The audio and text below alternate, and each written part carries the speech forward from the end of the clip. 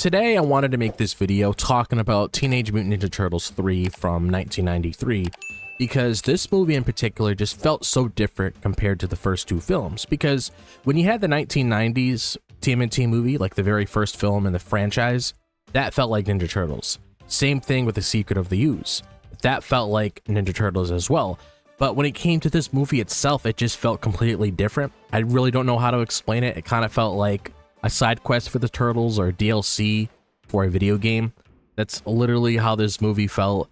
And I just wanted to dive in and talk about exactly what made this movie feel so different compared to the first two films in the franchise. So when I first watched TMNT 3, the biggest change I noticed was the setting.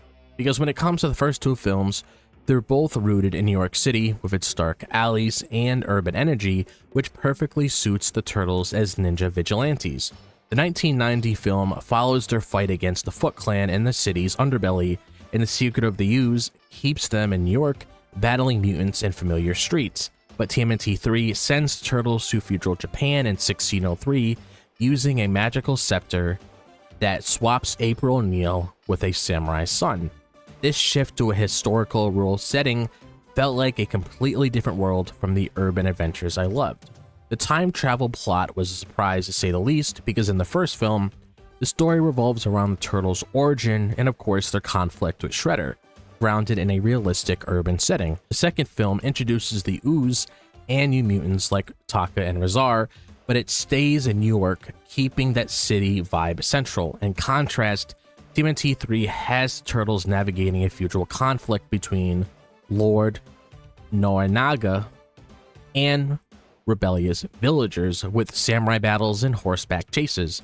And as a fan, I found it hard to connect to this historical adventure to the Turtles' usual ninja life. I think the filmmakers wanted to try something fresh by moving away from New York. The time travel concept triggered by the mystical scepter was likely inspired by popular time travel stories of that era, but it felt out of place for me. The Turtles' identity is so tied to their city roots when it comes to hiding in the sewers, eating pizza, fighting crime, that placing them in the 17th century Japan made them feel like visitors in someone else's story. The magical element of the scepter also clashed with the science-based ooze from the earlier films, which added to the disconnection I had with it. And one of the most striking differences in TMNT 3, of course, was the absence of Shredder and the Foot Clan.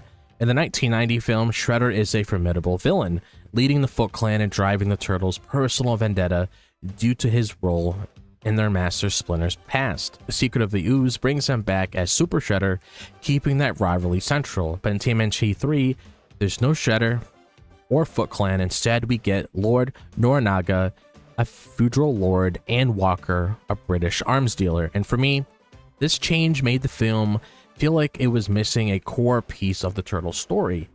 Shredder's presence in the first two films gives this a sense of continuity and stakes. In the 1990 film, his leadership of the Foot Clan and the final rooftop battle created this intense personal conflict. The second film, even though it had a lighter tone, keeps Shredder as the main antagonist, tying the story to the Turtles' ongoing fight. In TMNT 3, Norunaga's conflict is about power in feudal Japan, and Walker's scheming feels disconnected from the Turtles' history. I kept waiting for a familiar villain to tie the story back to the franchise's roots, but of course, that never happened. I understand why the filmmakers might have wanted to avoid reusing Shredder after his defeats in the first two films. Introducing new villains like Nobunaga and Walker was a way to keep the story fresh, but for me, it didn't work out as well. These new antagonists lacked the personal connection that Shredder had, built on years of enmity with the Turtles and Splinter. The feudal conflict felt like a side mission rather than a battle that defined the Turtles' purpose as ninjas. Another difference that stood out to me in TMNT 3 was the quality of the Turtles' costumes and visual effects. When it comes to the first two films, they used suits crafted by Jim Henson's Creature Shop, which were incredibly lifelike when it came to the expressive faces that brought Leonardo, Raphael, Donatello, and Michelangelo to life. Those suits made me believe the Turtles were real mutants fighting in New York. In TMNT 3, the production switched to the All Effects company, and the costumes looked noticeably less polished, which affected how I experienced the film. In the 1990 film, the Henson suits had detailed animatronics with moving eyes and mouths that gave each turtle a unique personality. The Secret of the Ooze maintained that high standard, keeping the turtles' movements fluid and their expressions vibrant. In TMNT 3, the new suits were stiffer, with less expressive faces, and Splinter's design just looked particularly off, with an unnatural appearance that distracted me. The difference was clear, and it made the turtles feel less like living characters and more like actors in costumes. I believe this change stemmed from budget constraints and production decisions. The first film, made for $13.5 million, relied on Henson's expertise to create a believable world, and the second, with a $25 million budget, continued that quality. TMNT 3 had a $21 million budget, but resources seem to have stretched, possibly due to the costly feudal Japan sets. The effects company suits didn't match the craftsmanship of Henson's, and this downgrade impacted the film's visual immersion for me. The tone of TMNT 3 also felt very different to me, as it leaned heavily towards a family-oriented audience. The 1990 film had a gritty, dramatic edge, with themes of revenge and family that appeared to both kids and adults. The Secret of the Ooze was lighter with more humor and less violence, but it still retained some intensity with its mutant battles. TMNT 3, however, felt much more like a children's movie with a simpler story and an emphasis on lighthearted moments that changed the feel of the franchise for me.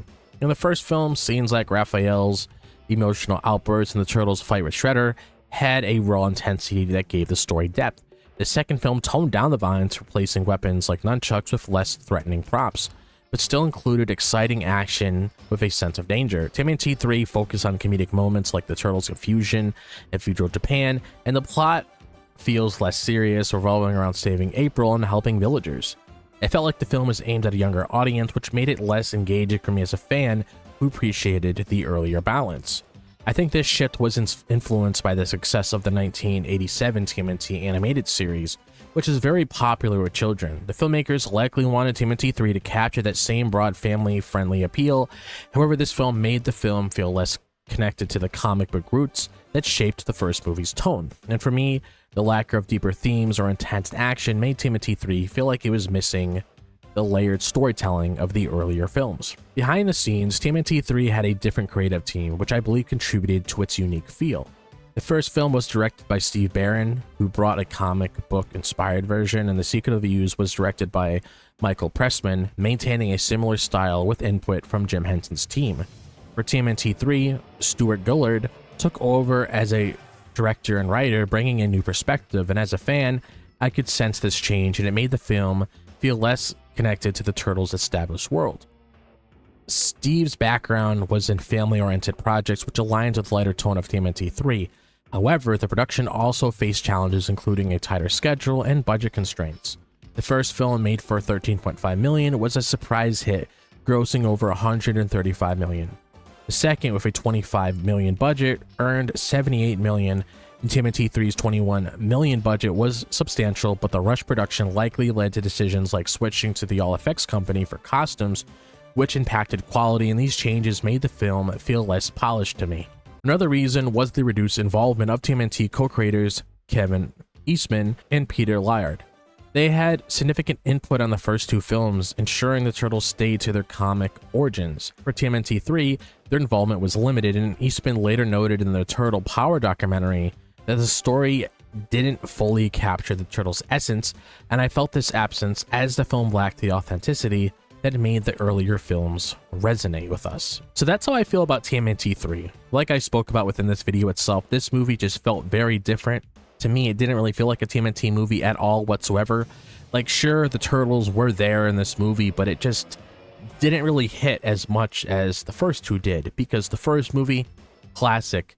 TMNT 2 was very fun, especially with the ninja rap that was incorporated in that. I love that scene so much, but TMNT 3 just felt like it took everything that we loved about the first two films and just threw it away and just, you know, created whatever this was, and that's just why it leaves a bad taste in my mouth. Now, I'm gonna leave it up to you guys, because I want to know exactly how you guys feel about TMNT 3.